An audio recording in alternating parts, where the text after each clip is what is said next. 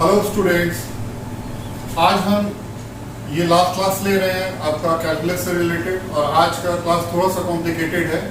आज हम बेसिकली दो टॉपिक को कवर अप करेंगे। एक तो हम वेरिएबल एक्सेलरेशन के प्रॉब्लम्स को देखेंगे और उसके बाद बच्चों हम बात करेंगे वीटी ग्राफ का, एटी ग्राफ का, ठीक है, एफटी ग्राफ का, और कुछ लास्ट के कुछ ग्राफ्स हैं उनका एरिया क्या प्रोवाइड करता है ये देखेंगे। जैसे हम देखेंगे वीटी ग्राफ जो है, वीटी ग्राफ का एरिया जो है वो क्या देता है, एटी ग्राफ का एरिया क्या देता है, ठीक उसी तरीके से फोर्स टाइम ग्राफ का एरिया क्या देता है। ये सारी चीज़ों को हम देखेंगे और एक और लास्ट में देख लेंगे एक्स ग्राफ का एरिया क्या प्रोवाइड करता है।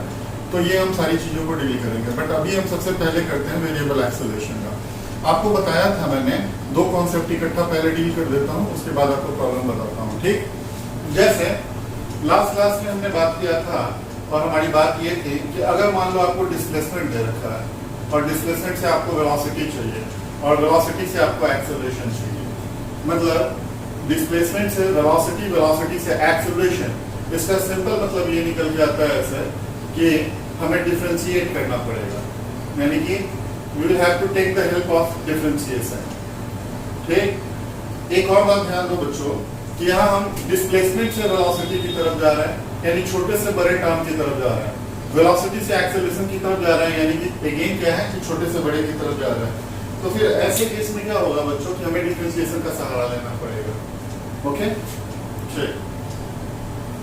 तो और ठीक इसका उल्टा करना हो तो इसका मतलब एक्सेलरेशन से वेलोसिटी और वेलोसिटी से डिस्प्लेसमेंट, मतलब इसका अगर रिवर्स ऑर्डर लेना हो तो ऐसे केस में बच्चों हम इंटीग्रेशन को प्रेफर करेंगे। इसका मतलब हमें इंटीग्रेट करना पड़ेगा।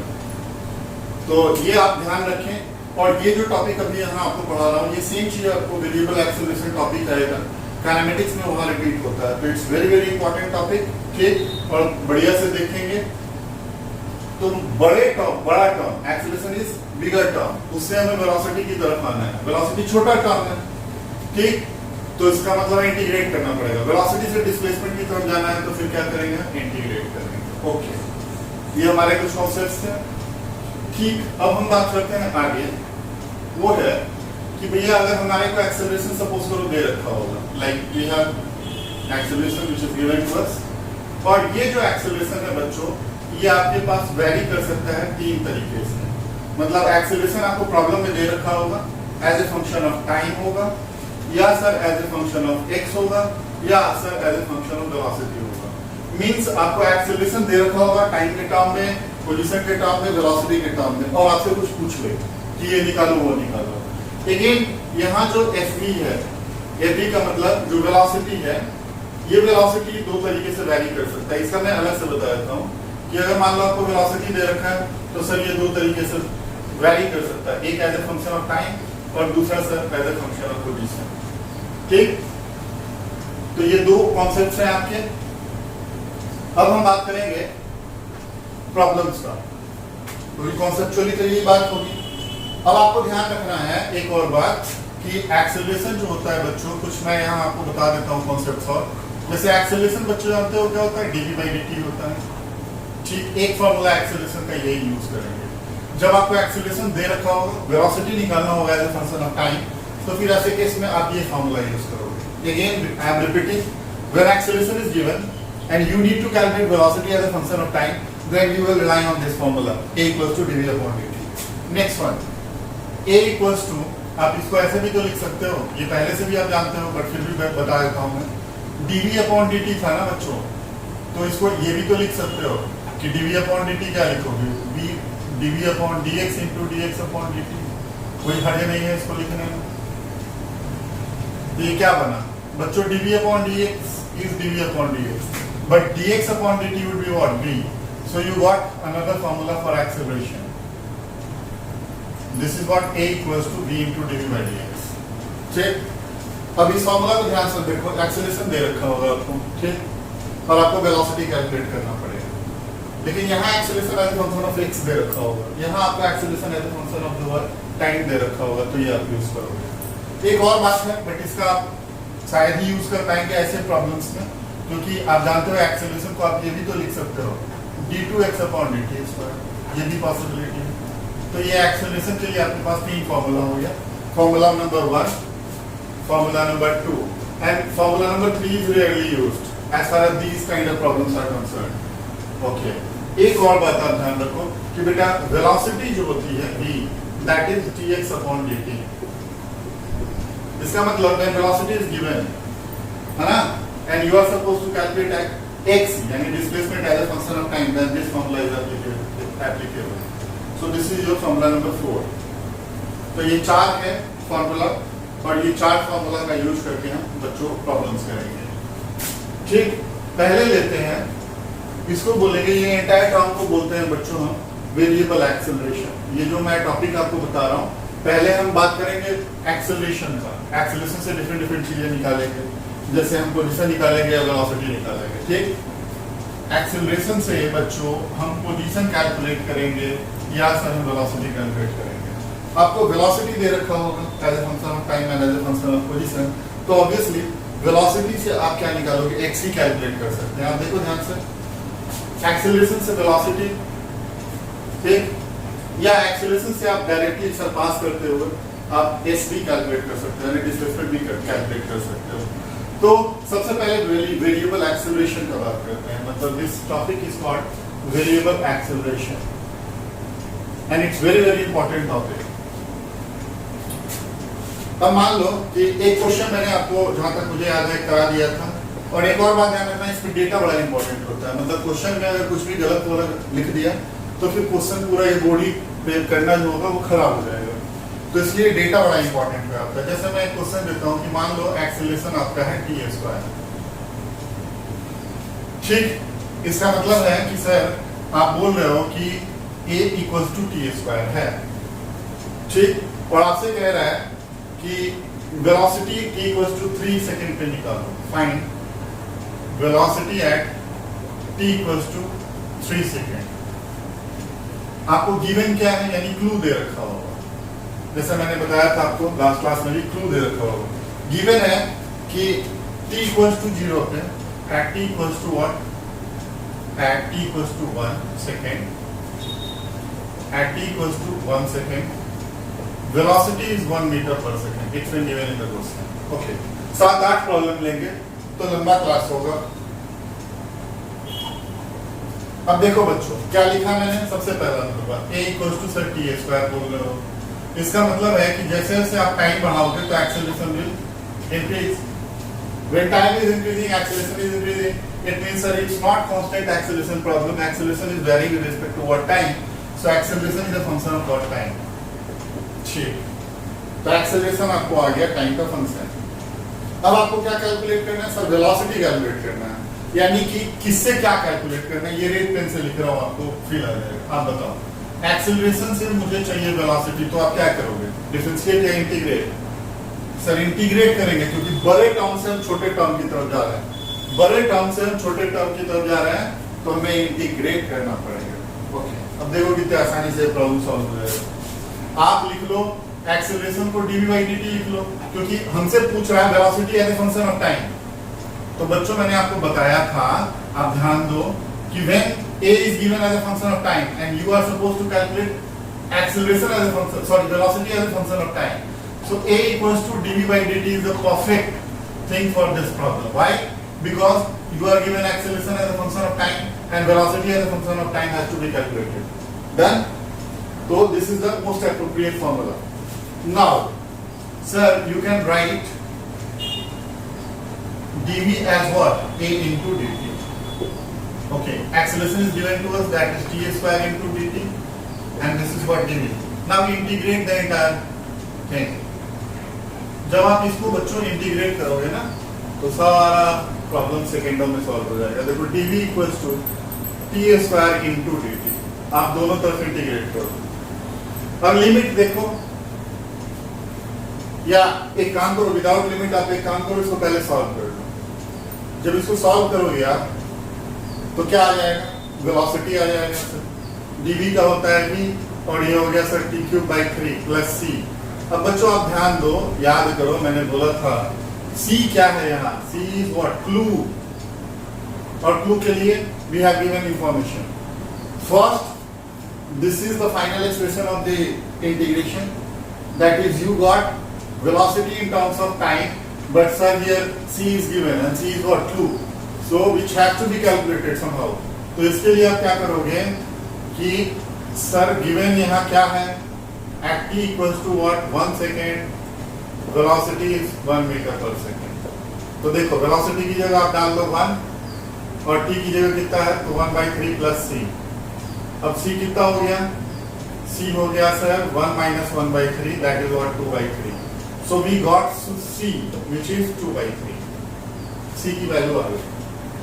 अब सर क्या करना है, ये जो इक्वेशन नंबर 1 है इसमें c की वैल्यू डाल देंगे. तो v इक्वल्स टू क्या हो जाएगा, dq/3 plus 2/3. ये आपका वेलोसिटी आ गया.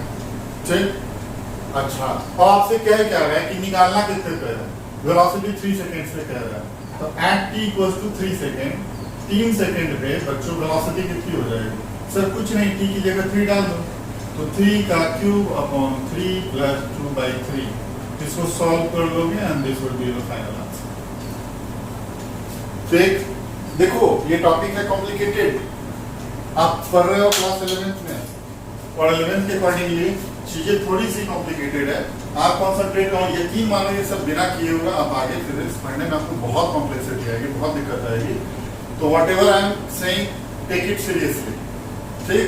पहला नंबर चीज क्या है, a equals to x square.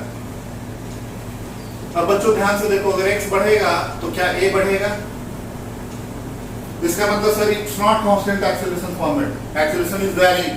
So we need to either do what, integration or differentiation. तो इसके लिए आपको क्या करना पड़ेगा, देखना पड़ेगा. एक्सेलरेशन से आपको वेलोसिटी निकालना है, यानी एक्सेलरेशन से वेलोसिटी निकालना है. तो क्या करोगे बच्चों, सर हम इंटीग्रेट करेंगे.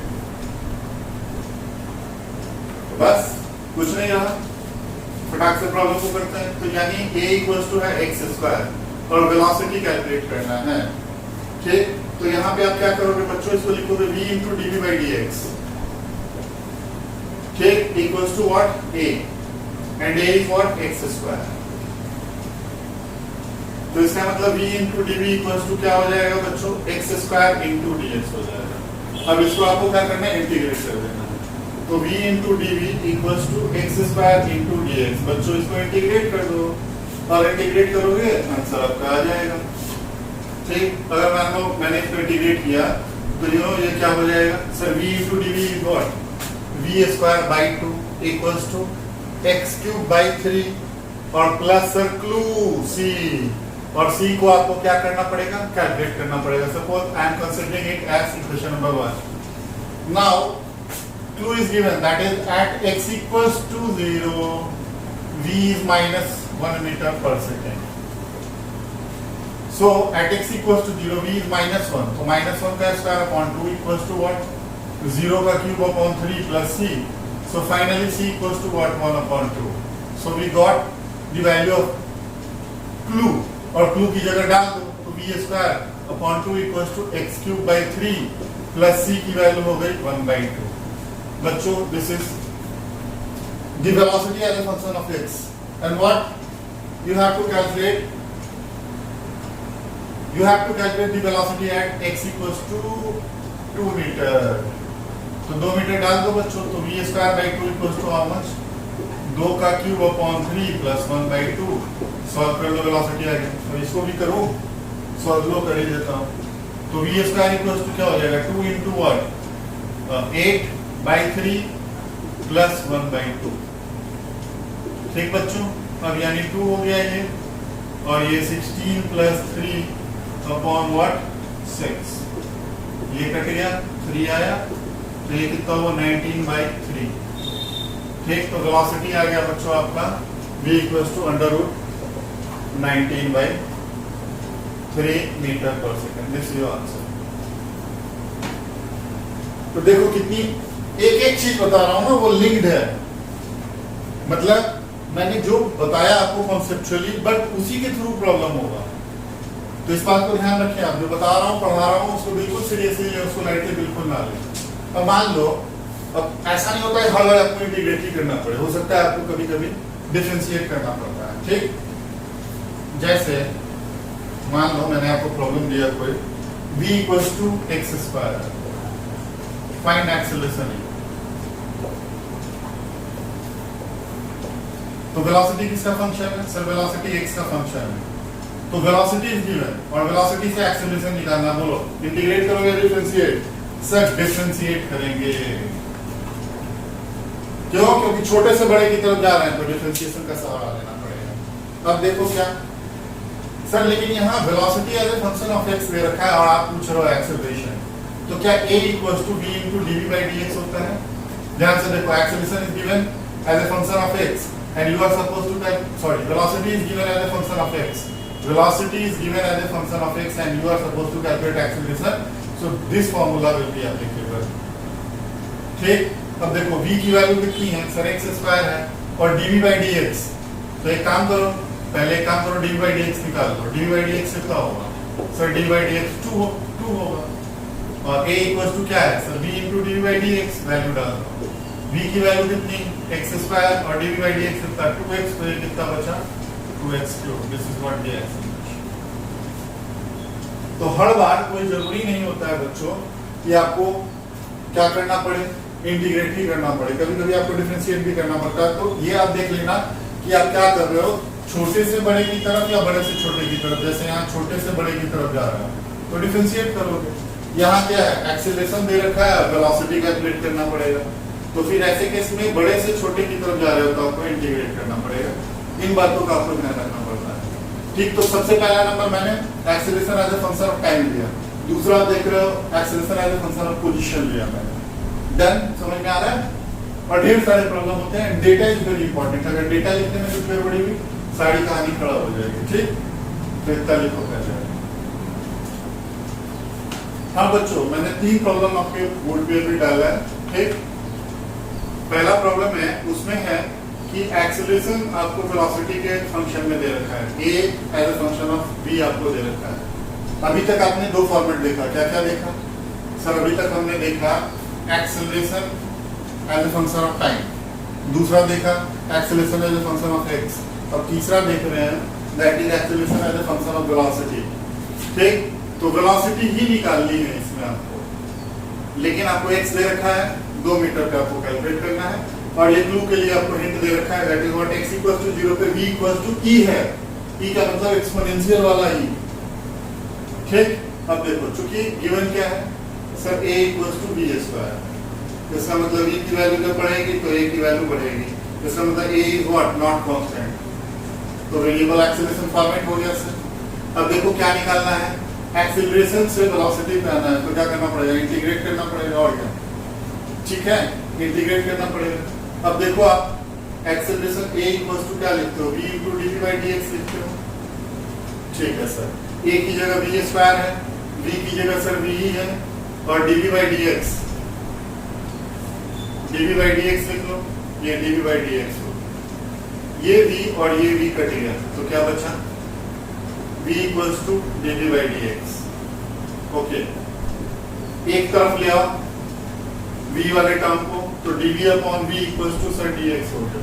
और अब इसको क्या कर देना है? इंटीग्रेट कर देना है।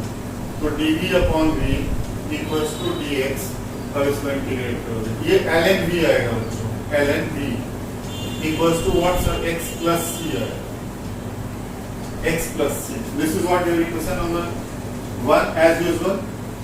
नाउ सर अब जो है आपने क्लू दे रखा है, गिवन क्या है? गिवन है at x equals to 0 v equals to e। तो ठीक है, डाल दो ln v की जगह बच्चों है e, तो sir ln e equals to x plus c। x की वैल्यू कितनी? 0 प्लस c। बच्चों ये जो टर्म है ना ln e, इसकी वैल्यू होती है 1, तो 1 इक्वल्स टू हो गया 0 प्लस c, इसका मतलब c इक्वल्स टू कितना हो गया? 1। तो फ्रॉम 1, अब 1 में आप डाल दो इसको, c की वैल्यू तो क्या आ जाएगा? ln v equals to how much sir? 1 plus x plus c, तो x प्लस c की वैल्यू आ गई 1। दिस इज डिफाइनल है।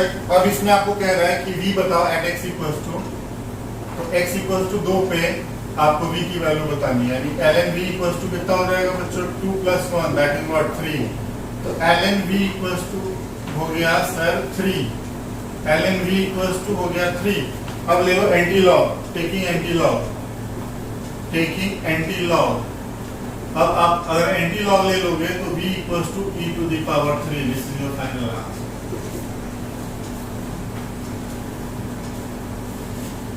ठीक है, बस आपको याद रखना ln e की वैल्यू जो होती है actually ln e log e to the log मैं लिख दे रहा हूँ e to the base e equals to 1, ये इसमें कन्वर्ट हो जाता है। तो ln e का मतलब हुआ log e to the base e that is what 1, बस और कुछ नहीं था इसमें। नेक्स्ट प्रॉब्लम देखो, हम वेलोसिटी पे आते हैं।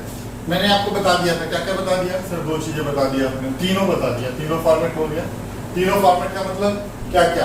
Acceleration as a function of time, acceleration as a function of position, acceleration as a function of velocity. Now there are 2 problems, one that is what velocity is given as a function of time, and in second problem velocity as a function of x is given, and आपको calculate करना है जो भी calculate करना हो। तो बच्चों ध्यान से देखो, तो इसमें क्या क्या दे रखा है? तो पहला नंबर बात आपने बोला v as a function of t दे रखा है, यानी कि अगर t बढ़ाओगे सर तो v बढ़ेगा, तो ऑब्वियस सी बात है आपको इंटीग्रेट या डिफरेंशिएट करना पड़ेगा। और देखो क्या निकालना है आपको, v से x पे आना है, तो क्या करोगे? बड़े वाले टर्म से छोटे वाले टर्म की तरफ आना है, तो सर इंटीग्रेट करेंगे। ठीक, अब कौन सा फॉर्मूला यूज करें सर?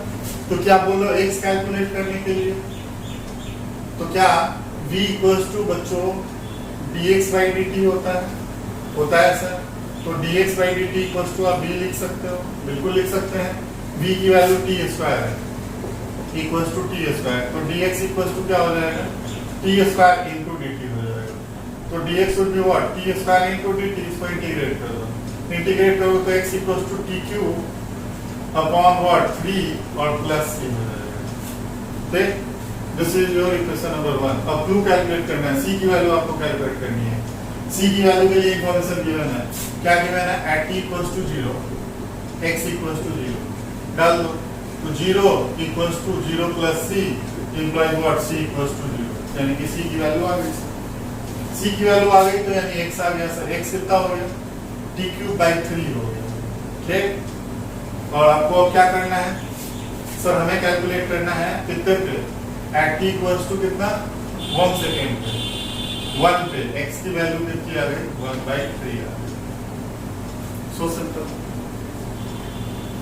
आपको बस यही पकड़ना होता है कौन किसका फंक्शन है, और इंटीग्रेट होगा या डिफरेंशिएट होगा। क्लू निकाल लो, क्लू निकालने के लिए आपको इंफॉर्मेशन दे रखा होगा, उससे क्लू निकल गया, फाइनल एक्सप्रेशन निकाल लो, और जो निकालना होगा वो आपको कैलकुलेट कर लो। अब ऐसे ये देखो, ये है v इक्वल्स टू x का पावर -1 है, यानी v as a function of क्या है? पोजीशन है, यानी कि v as a function of x है। निकालना क्या है आपको? x निकालना है, यानी वेलोसिटी से x निकालना है। तो क्या करोगे? इंटीग्रेट करेंगे सर। बड़े से छोटे की तरफ जब भी आते हैं तो इंटीग्रेट करते हैं। फिर अच्छा, अब क्या करोगे? इसको क्या लिख सकते हो? v को लिखेंगे सर हम dx by dt equals to x का पावर -1। ठीक, तो क्या आ जाएगा सर? ये dx अपॉन x का पावर -1 इक्वल्स टू dt। बच्चों ध्यान से देखो, ये ऊपर चला गया तो x into dx equals to क्या हो जाएगा? dt हो जाएगा। अब आपको कुछ नहीं करना है, इंटीग्रेट कर दो। x dx equals to dt, integrate करोगे तो ये आएगा x square by 2 equals to t plus c। This is your equation number 1। और अब क्लू कैलकुलेट करना है। क्लू कैलकुलेट करने के लिए क्या करो? सॉरी, क्लू है निकालना है, इसके लिए आपको दे रखा है t इक्वल्स टू 0 पे x की वैल्यू 0 है, तो इसका मतलब 0 equals to 0 plus c implies what? c equals to 0। So you got clue. तो इसका मतलब x square upon 2 equals to t आ गया, ये आ गया। अब आपको क्या निकालना है? t इक्वल्स टू 2 सेकंड पे x निकालना है, तो इसका मतलब t इक्वल्स टू 2 सेकंड दे रखा है, तो x कितना होगा? X square by two equals to what, x square by two, x square by two equals to two, तो एक्स इक्वल्स टू कितना आ गया, एक्स इक्वल्स टू आ गया सर टू टू जा फोर, स्क्वायर रूट लोगे तो कितना आएगा plus minus two. Normally positive value ही लेते हैं। तो इस तरीके से देखो आपने, मैंने पांचों फॉर्मेट आपको बताया है ना, और है मैंने बताया था आपको, एक बार फिर से आप ध्यान दो कि मान लो आपको y वर्सेस x कोई ग्राफ दे रखा है, ठीक, इस तरीके से ये कर्व है आपके पास, तो इस कर्व का बच्चा एरिया जो होता है, यानी ये वाली जो एरिया होगी वो क्या देगी सर, ये वाली जो एरिया होगी y dx होगी, तो इसका मतलब y dx जो होगा वो होगा क्या, area under fx, sorry yx graph या yx कर्व, बस इसी का यूज करना है, ठीक है। तो मान लो सबसे पहला ग्राफ लेते हैं नंबर 1, VT ग्राफ लेते हैं, VT ग्राफ, ये सब आप कैलमेटिक्स में डिटेल में पढ़ोगे, बट मैं आपको हल्का सा हिंट दे रहा हूँ कि जो मैंने आपको पढ़ाया वो देखो पूरा टोटली एप्लीकेबल है, उसको आपको अच्छे से आना चाहिए। मान लो VT ग्राफ है, यानी ये वेलोसिटी वर्सेस टाइम ग्राफ है, कुछ ग्राफ ऐसे ले लो, ग्राफ ले लिया सर हमने, ठीक,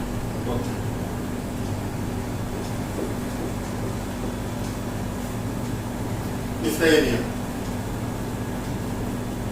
अब देखो v क्या होता है बच्चों, v होता है sir dv by dx, sorry v equals to होता है dx बाई dt, तो dx इक्वल्स टू क्या आ गया, v into dt।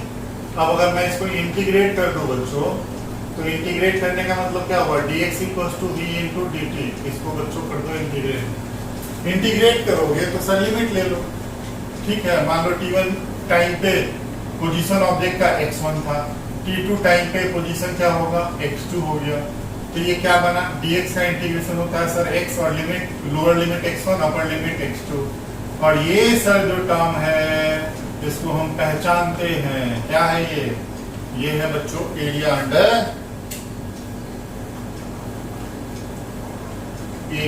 VT graph, ठीक। तो इसका मतलब क्या हुआ कि फाइनल रिजल्ट है sir x2 minus x1, x2 minus x1 equals to v into dt, t1 से लेके t2 तक, सर ये आ गया एरिया किसका, एरिया अंडर VT ग्राफ। बच्चों ध्यान से देखो, अगर आप इसको, ये जो टर्म है final position minus initial position, तो क्या ये डिस्प्लेसमेंट है, तो सर ये डिस्प्लेसमेंट है, क्योंकि देखो ना final position minus x2 minus x1 is what, change in position, that is what displacement. तो finally we can conclude that area under what VT graph gives displacement, इसका मतलब बच्चों डिस्प्लेसमेंट देता है, ये एक रिजल्ट है जो आप ध्यान रखें। दूसरा मैं लेता हूं, मान लो AT ग्राफ, AT ग्राफ कुछ ऐसा है सर कर्व, ठीक। अब कर्व के अंदर का नीचे का एरिया ले लिया सर, आप कर्व कैसा भी ले सकते हो, उससे कोई फर्क नहीं पड़ता है सर, ये इस तरीके से हमने कर्व ले लिया सर, ठीक। अब कर्व का एरिया जो होगा वो क्या देगा ये आपको देखना है। अच्छा एक बात कंफ्यूज नहीं होना है कि सर ये t1 से t2 कहाँ लिया, 0 से x कैसे कर लिया, बेटा ये टाइम देखो ना, यहाँ पे क्या ये t1 टाइम है, ये t2 टाइम, ठीक।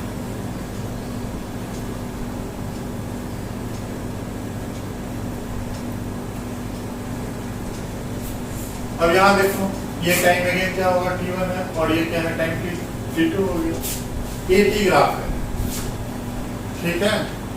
तो AT ग्राफ है, तो A इक्वल्स टू क्या लिखते हो आप, ऐसे dv बाई dt लिखते हो, तो dv इक्वल्स टू क्या हो जाएगा सर, A इंटू dt हो जाएगा। अगर मैं इसको इंटीग्रेट कर दूं, तो इंटीग्रेट करने के बाद dv इक्वल्स टू क्या, A इंटू dt हो जाएगा, यस सर। इसको इंटीग्रेट करो, जब इंटीग्रेट करोगे, मान लो टाइम t1 है, तो ऐसे कैसे वेलोसिटी v1 है, टाइम t2 है, तो वेलोसिटी क्या है बच्चों, v2 है, तो यहाँ dv का हो गया v1 से लेके v2 तक, और ये क्या हो गया A into dt is nothing but area under 80 graph, T1 से लेके T2, तो सर ये एरिया दे दिया। तो फाइनली क्या लिखोगे सर? फाइनली लिखेंगे हम v2 minus v1, that is what change in velocity, equals to what? Integration A into dt, lower limit T1, upper limit T2. This is nothing but area under 80 graph. ठीक है बच्चों, और ये क्या दे रहा है सर? ये चेंज इन पोजीशन दे रहा है। तो इसका मतलब हुआ कि ये जो टर्म है this is what change in velocity, change in velocity. मान लो एक और ग्राफ का बात करते हैं, एफटी ग्राफ ले लेते हैं, फोर्स टाइम ग्राफ। यहां से देखो, ये फोर्स है, ये टाइम, ग्राफ कुछ ऐसा। अब इसके अंदर का जो एरिया होगा सर, इतना हम जानते हैं, एरिया जो होगा हमें पता नहीं क्या देता है, देखते हैं। तो आप एक बार जानते हो, चूंकि dp f इक्वल टू क्या होता है? फोर्स इक्वल टू होता है rate of change in momentum. ठीक, तो यहाँ से dp इक्वल टू बच्चों क्या हो जाएगा? f इंटू dt हो जाएगा। अगर मैं इसको इंटीग्रेट कर दूं तो f इंटू dt, ये इंटीग्रेट, मान लो इनिशियल मोमेंटम से लेके फाइनल मोमेंटम, और ये T1 से लेके T2, तो क्या आ गया ये सब? P2 minus P1 equals to integral f into dt, T1 से लेके T2 तक। इसका मतलब सर ये एरिया अंडर एफ का होगा।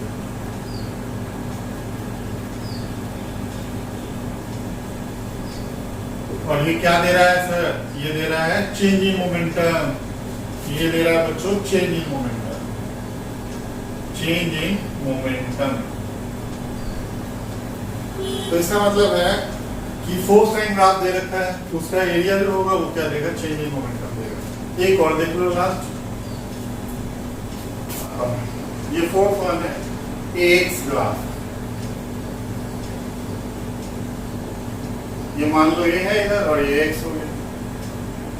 इसके अंदर जो एरिया होगा वो देखते हैं क्या देता है बच्चों। A equals to v into dv by dx होता है। अब तो आपको पता लग रहा होगा कि क्यों हम a इक्वल्स टू कभी dv बाई dt लिख रहे हैं और कि क्यों हम a इक्वल्स टू कभी v into dv by dx लिख रहे हैं, है ना? थोड़ा प्रैक्टिस करोगे समझ में आ जाएगा। अब क्या इसको v into dv equals to a into dx लिखोगे और इंटीग्रेट कर दोगे तो क्या v into dv equals to a into dx, integrating both sides. यहाँ मान लो v1, तो ऐसे केस में पोजीशन व्हाट? x1 पोजीशन पे वेलोसिटी v1, मान लो x2 पोजीशन पे हो गया सर वेलोसिटी v2। तो इसको जब सॉल्व करोगे तो इसका इंटीग्रेशन होता है v स्क्वायर बाई 2, कहां से कहां तक सर? v1 से लेकर v2 तक। और ये सर तो हम जानते हैं और बढ़िया से पहचानते हैं, ये सर हो गया एरिया। एरिया किसका? AX ग्राफ का। अब देखो इसी को मैं लिखता हूं, क्या ये बच्चों v2 square minus v1 square upon 2 आएगा, and this is what sir? a into what? dx, x1 से लेके x2 तक बच्चों ये हो गया area under what? AX graph. That's the end of your maths, basic maths with calculus. अब थोड़ा सा मैं आपको कुछ बातें आपको अच्छे से पहले समझा दूं। नंबर 1, ये जो मैंने आपको मैथ्स पढ़ाया है, ये मैथ्स आज का क्लास या इधर जो रिसेंटली क्लास चल रहा है, बिल्कुल 100% आप जो भी पढ़ रहे हो ये फिजिक्स ओरिएंटेड मैथ्स है ना? और ये बहुत जरूरी है, इसके बिना काइनेमेटिक्स बिल्कुल आपको सफर कर जाओगे, आपको दिक्कत होगी। इनफैक्ट NLM वगैरह में स्लोप्स और बहुत सारी जो कॉन्सेप्ट्स मैंने आपको सिखाई हैं वो सारा एकदम इम्पोर्टेंट है। आप इन वीडियो को एक बार देखो, नहीं आता है समझ में 2 बार देखो, 3 बार देखो, बार बार देखते रहो। तो देखते रहोगे तो इससे क्या होगा कि बच्चों आपको जो है पूरा आउटलुक आ जाएगा, है ना? और आप जब भी पढ़ाई करें तो do one thing, keep pen and paper in your hand and write और do whatever you are doing just like a physical class. मतलब जब क्लास में आप बैठते हो तो क्या करते हो? टीचर अगर कोई पढ़ाते हैं तो आप नोट्स बनाते हो, ठीक, और सारी चीजें जो होती हैं जैसे आप वहां करते हो ठीक वही सिस्टम है। तो YouTube पे पढ़ने का एक अलग ही मजा है, because you can repeat things on and on. लेकिन अगर आप फिजिकल क्लास में हो तो यू कैन नॉट, है ना? से योर टीचर की सर एक बार फिर से बताओ, 2 बार बताओ, 3 बार बताओ। लेकिन अगर आप 5 बार भी देखना चाहते हो तो YouTube पे देख सकते हो, ये आपका बहुत बड़ा फायदा होता है, नंबर 1। नंबर 2 जो है ये आपको बेनिफिशियल है ये मैथ्स। अब मैं अगला क्लास जो लूंगा वो होगा आपका वेक्टर का क्लास, वो भी मैथ्स ही है। और विदाउट वेक्टर जैसे मैंने आपको बताया था, जो मैंने ओरिएंटेशन क्लास आपको लास्ट जो वीडियो लेक्चर डाला था उसमें क्लियर बताया था कि 2 चीजें इंपॉर्टेंट हैं। एक है आपका क्या बेसिक मैथ्स जो मैंने बताया इंक्लूडिंग कैलकुलस, और दूसरा वेक्टर। तो वेक्टर भी काफी इंटरेस्टिंग और काफी मजेदार है। ये 2 टॉपिक आप जब सीख लोगे तो आपके पास बेसिक्स होगा, मतलब प्रॉब्लम, मतलब जब कैनामेटिक्स पढ़ोगे तो आपको दिक्कत नहीं आएगी। और कैनामेटिक्स एक काफी लंबा चौड़ा टॉपिक है, तो उसको पढ़ने के लिए आगे फिजिक्स पढ़ने के लिए ये 2 टॉपिक की रिक्वायरमेंट होती है। जो आपका यूनिट डायमेंशन है वो कुछ है नहीं, बहुत आसान सा टॉपिक है, उसमें आपको बिल्कुल टाइम नहीं लगेगा। ठीक, तो आपका जो वेक्टर पढ़ाने के बाद मेन एरिया ऑफ कंसर्न होना चाहिए सर कि काइनेमेटिक्स और एनएलएम केवल समझ में आ जाए। काइनेमेटिक्स और एनएलएम अगर आपको समझ में आ जाएगा तो आपका पूरा का पूरा मैकेनिक्स में या आगे 12th की जो फिजिक्स होती है उसमें आपको दिक्कत नहीं आएगा। ठीक है, तो आप जो है बस इस वीडियो को देखें और लिखें, प्रैक्टिस करें। जैसे मैं पढ़ाता हूँ, मुझे जैसे चीजें याद है वैसे आपको याद होनी चाहिए। ये पूरा का पूरा 2 साल का प्रोसेस है। हाँ, आप देखते होंगे मैं कभी भी वीडियो वगैरह में क्या होता है कि मैं आता हूँ तो बहुत ज्यादा कुछ भी नहीं बोलता हूँ, सीधा आता हूँ, स्ट्रेट फॉरवर्ड पढ़ाता हूँ, क्योंकि मेरे पास कंटेंट इतना होता है, इतना पढ़ाने के लिए है। आपको रियलिटी बताऊंगा, शॉकिंग होगा, मैंने कम से कम 6-7 क्वेश्चन इसमें कम आपको कराए हैं, क्योंकि आपके लिए काफी हार्ड हो जाता है। तो आप अभी इतने से सीखो, 100% जो है मैं आप थोड़ा आपका जो बेस स्ट्रांग हो जाएगा तो 100% आपको मिलेगा। ऐसे भी जो पढ़ा रहा हूँ वो 100% ही है, बट मैंने थोड़े से क्वेश्चन कम करा दिए क्योंकि थोड़ा हायर लेवल का मैथमेटिक्स इन्वॉल्व है। तो बस वही है बात कि थोड़ा प्रैक्टिस करते रहो, आप अपने आप पे विश्वास रखो और मेरे पे भी विश्वास रखो। एक और बात है कि मैं पूरा आपका जो वीडियो है कोशिश करूंगा हर दिन कम से कम 1-1 लेक्चर आपका डालता रहूँ। ठीक, कुछ ना कुछ ऐसे ऑब्स्टिकल्स आ जा रहे हैं जिसकी वजह से मैं हर दिन वीडियो अपलोड नहीं कर पा रहा हूँ, तो इसके लिए मतलब मुझे माफ कीजिएगा, बट कोशिश मेरा यही रहेगा कि मेरी जो आपकी जो सिलेबस होगी, जो 11th की जो सिलेबस होगी, जो नॉर्मली फैब तक खत्म होता है, तो फैब तक में मैं यूट्यूब पे आपको कोशिश करूंगा कि 11th का पूरा आपको वीडियो लेक्चर पढ़ा दूँ। ठीक है, और सिमिलरली ऐसे ही जो है वो 12th क्लास में भी होगा कि 12th क्लास में भी जो वीडियो लेक्चर्स जो है वो थोड़े से तो हो जाते हैं यूट्यूब पे, उतना आदमी नहीं हो पाता है कि रेगुलर फिजिकल अगर होता है तो उसमें आदमी कर लेता है, बट यूट्यूब पे थोड़ा सा हो जाता है। बट मेरा कोशिश यही है कि इस साल में 11th और 12th दोनों का पूरा लेक्चर और 100% कंटेंट जो है वो आप देख रहे होगे तो इतना आइडिया आपको लग गया होगा, काफी ह्यूज कंटेंट है और ये ऑल इंडिया लेवल का कंटेंट है। आप 100% आप इस पर रिलाई कर सकते हो। आप कोई भी बुक ट्राई करो, मेरे पढ़ाने के बाद बहुत से क्वेश्चंस होंगे, आप एक बार ट्राई करके देखो, बट इसके लिए आपको 3 बार 4 बार, अगर आप बहुत शार्प हो तो you need not to go for the videos on and on, a single time video would be more than sufficient, है ना। बट अगर आप एवरेज हो या आपको लगता है समझने में दिक्कत हो रही है, and basically this video is intended for class 11th, तो उनको थोड़ी दिक्कत आ सकती है। बट बेटा थोड़ा सा फास्ट पढ़ाने के पीछे भी रीजन ये है कि कंटेंट इतना ज्यादा है कि समझ लो आप 8-10 महीने तो कम से कम लगेंगे ये सारा कुछ पढ़ाने में, दोनों साल का 11th का और 12th का। एक तरफ मैं 11th का वीडियो डाल रहा हूँ और दूसरी तरफ 12th का वीडियो डाल रहा हूँ। ठीक, तो कोशिश यही है कि अगले साल फैब तक दोनों का दोनों हो जाए, है ना, कंप्लीट। तो बस यही रहने दो। Okay, thank you.